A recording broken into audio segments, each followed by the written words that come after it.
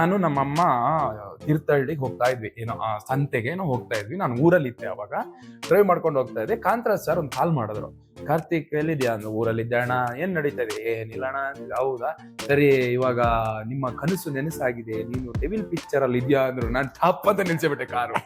ಆ ಊರು ನೆನಪಿದೆ, ಕೆರೆಕೊಪ್ಪ ಅಂತ ನಮ್ಮೂರ್. ಹಿಂಗ್ ಆ ಟರ್ನಲ್ಲಿ ಹೋಗಿ ಮುಂದೆ ನಿಲ್ಸ್ಕೊಬಿಟ್ಟು ಸುಮ್ಮನೆ ಕೂತೆ. ಏನಾಗಿದೆ ಇದೇನು ಸತ್ಯನಾ ಸುಳ್ಳು? ನಮ್ಮಮ್ಮ ಏನೋ ಅಂದ್ರು. ದರ್ಶನ್ ಸರ್ ಐತೆ ಪಿಕ್ಚರ್ ಅಂತೆ. ನಮ್ಮಮ್ಮ ಕಣ್ಣಲ್ಲಿ ನೀರು ಇತ್ತು. ಏ ಖುಷಿ ಪಡೋ, ಇದಕ್ಕೆ ಯಾಕೆ ಶಾಕ್ ಆಗಿದ್ಯಾ ನೀನು? ಅಂದ್ರೆ ನೀನ್ ಈ ಕ್ಷೇತ್ರದಲ್ಲಿದ್ಯಾ, ನೀ ಖುಷಿ ಪಡ್ತೀಯ. ಬಟ್ ನನ್ ಇದ್ ಯಾವ್ದು ಲೆವೆಲ್ ಅಚೀವ್ಮೆಂಟು?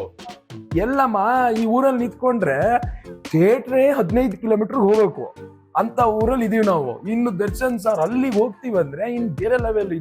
ಇದು ಯಾರಿಗಾದ್ರೂ ಶಾಕ್ ಆಗುತ್ತೆ ಈ ತರದ್ದು. ನನಗೆ ಅಯ್ಯೋ ಫುಲ್ ಹ್ಯಾಪಿ, ಖುಷಿ ಆಗಿತ್ತು ತುಂಬಾ. ಅಂದ್ರೆ ಸಿನಿಮಾ ಅವ್ರ ಜೊತೆ ಶೂಟಿಂಗ್ ಮಾಡೋ ತನಕನೂ ನಂಗೆ ಭಯನೇ ಇತ್ತು, ಯಾವತ್ ನಾ ಕ್ಯಾನ್ಸಲ್ ಆಯ್ತೀನೋ. ದೊಡ್ಡ ದೊಡ್ಡ ಸಿನಿಮಾ, ನನ್ನಂತ ಸಾವಿರಾರು ಜನ ಆರ್ಟಿಸ್ಟ್ಗಳು ದರ್ಶನ್ ಸರ್ ಪಕ್ಕ ನಿಂತ್ಕೋಬೇಕು, ಅದಕ್ಕೆ ಅವಕಾಶಕ್ಕೆ ಹೋಗ್ಬೇಕು ಕಾಯ್ತಾ ಇರ್ತಾರೆ, ಕೇಳ್ಕೊಂಡು ಹೋಗ್ತಾರೆ.